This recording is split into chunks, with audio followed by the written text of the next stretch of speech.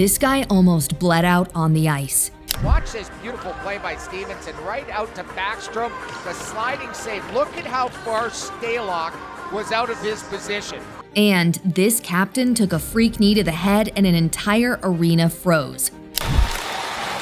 Buzzing a hit for Tavares, knocked down by Sherratt. And Tavares is hurt. He got kicked right in the face by Perry, unintentional, but he fell down and boy, he got hit really bad. What happened in those seconds? Why did the rink freeze and what came after for the players who lived it? These are the most dangerous injuries in NHL history. First up, on March 8, 2011, Canadiens vs. Bruins. Max Pacioretty was flying up the wall between the benches, tight space, bad angles, and a hot rivalry. Zdeno Chara leaned on him, and in a split second, Pacioretty hit the stanchion between the benches. He went down face first and didn't move. The Bell Center went dead quiet. Officials stopped the chatter and waved trainers in right away. Chara got a 5-minute major for boarding and a game misconduct. No suspension followed, which lit up Montreal but didn't change the facts. The diagnosis was rough: a fractured vertebra and a severe concussion. His season was done. No playoff push, no locker room rhythm, just rehab and questions. Then, next fall, he came back with the same stride, the same edge, still hunting lanes and refusing to quit on a play. And that tight strip between the benches? It felt different after that night. It was where a rivalry learned just how thin the margin really is. Next, Clint Malarchuk knew he was bleeding out before anyone else did. March 22, 1989, Sabres vs. Blues. Everything looked routine until a net front scramble went sideways. A Blues forward crashed the crease, a skate kicked up, and it sliced the front of Clint Malarchuk's neck. Blood hit the ice fast, a shocking red on white. Fans fainted, a couple had heart attacks, players turned away. Malarchuk didn't. He tried to get up and head for the tunnel. His mom was watching on TV and he didn't want her to see him go. He thought he had minutes. Then, the Sabres athletic trainer, who'd served as a U.S. Army medic, got to him, clamped the wound, and held the pressure until doctors took over. The real save happened before the surgery. 10 days later, unbelievably, Malarchuk stood back on NHL ice. But the aftershock stuck around. He later talked about the nightmares, the flashbacks, waking up clawing at his neck. PTSD didn't blow a whistle. It just stayed. Our next incident took place 2 weeks after Steve Moore leveled Canucks captain Marcus Naslund. The rematch in Vancouver boiled over. On March 8, 2004, with Colorado already up 8-2, Todd Bertuzzi stopped playing the puck and went after Moore. He grabbed him from behind, yanked the sweater, punched the back of his head, and drove him face first into the ice as bodies piled on. When the scrum cleared, Moore didn't move. He had 3 fractured vertebrae, a concussion, and deep cuts. His NHL career ended that night. The league hit back hard. Bertuzzi was suspended 17 months. A court case followed and he pled guilty to assault. From then on, the talk around the sport changed. It wasn't about finishing checks anymore. It was about intent, responsibility, and the line between hard hockey and harm. The next injury happened in a blink. February 10, 2008, Florida in Buffalo. A scramble along the wall, a teammate fell, and a skate swung through the wrong lane. Richard Zednik grabbed his neck and skated toward the bench with a towel pressed tight, a red line chasing his blades. The crowd didn't react all at once. Shock rippled down the glass, row by row, until the whole building realized what had happened. Trainers were there immediately. Hands were steady, voices were calm, and they got him off the ice and into the tunnel. He had lost 5 pints of blood. Emergency surgery saved his life. 6 days later, he was out of the hospital. 4 days after that, he faced the cameras so everyone could see he was still himself, talking, smiling, determined.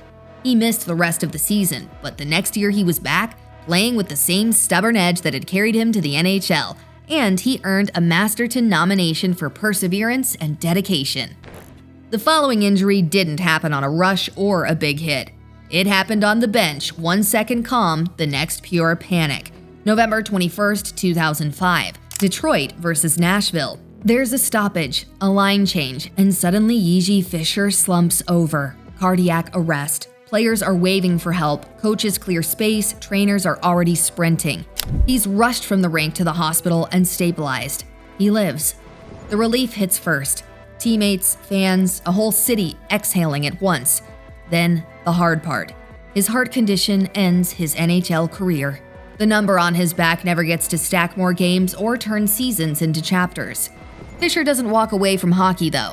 He shifts roles, scouting, player development, pouring experience into the next Red Wings who pull that sweater on. Not every dangerous moment ends with a cast or a timetable. Some send you down a different road. Fisher's story proves the most important plays don't always happen with a puck on the ice. They happen when people step up. Next up is a moment we'll never forget. John Tavares never saw Corey Perry coming. The speed of it made that true, and the physics of it made it terrifying. Off a hit from Ben Sherratt, Tavares went down near center, and in the split seconds of bodies, skates, and momentum, Perry's leg came through and caught Tavares in the face. It was unintentional, the worst kind of accidental violence hockey can produce, and it turned an arena into a place where 20,000 people wait for a signal from a trainer's eyes. Officials waved the medical staff out immediately. Players from both teams skated away or kneeled down, removing the one thing pros usually never remove: focus. The hush is always the same in these moments. It's that brief, unreal silence that almost sounds like choir air, the kind that swallows all the noise hockey thrives on. Tavares was stabilized with care that looked as delicate as it was urgent. There's not much more to add because the most respectful thing to do with a moment like that is to let the facts speak. He was hurt badly. It was accidental. The response was professional and human. And when the game eventually resumed, it did so under an awareness that felt heavier than usual. And then there's Rich Peverley, who didn't collapse in the corner. He collapsed on the bench, and the bench is supposed to be where you breathe and plan and sip water and watch your line mates shift. Dallas was playing. The puck was alive. And then it wasn't the puck anyone watched. Trainers and medical staff sprinted as players slammed sticks against the boards, trying to pull the whole world's attention toward one spot. A regular heartbeat had gone irregular, and in seconds, the game didn't matter anymore. The scene was pandemonium and pure purpose at once. Panic in faces, precision in hands. They stabilized him, and the headlines after said what the people in the arena learned first. Peverley was alive. That moment drew a hard line through a career that had been built on detail and trust and the quiet work coaches love. Lastly, we've got the time Stamkos was injured. Steven Stamkos is one of those players who makes the blue line feel shorter, like his shot can yank a puck through physics. In 2013, none of that mattered. He was back-checking against Boston when he got tangled with a defenseman and crashed hard into the goalpost. The impact was shocking even before the pain took over. He tried to stand once, twice, and then he stopped trying, covering his face and gripping the trainer's arm with the kind of pressure that says everything words can't. The diagnosis turned a superstar's engine off for months: a broken right tibia. The aftermath took a bite out of dreams bigger than any team's schedule. He missed the Sochi Olympics, and he missed 45 games with Tampa Bay. 4 months became a calendar you can't speed up no matter how badly you want it to turn. In a league that measures recovery in optional skates and morning skates and game time decisions, the clarity here hurt. There would be no decision until the bone agreed.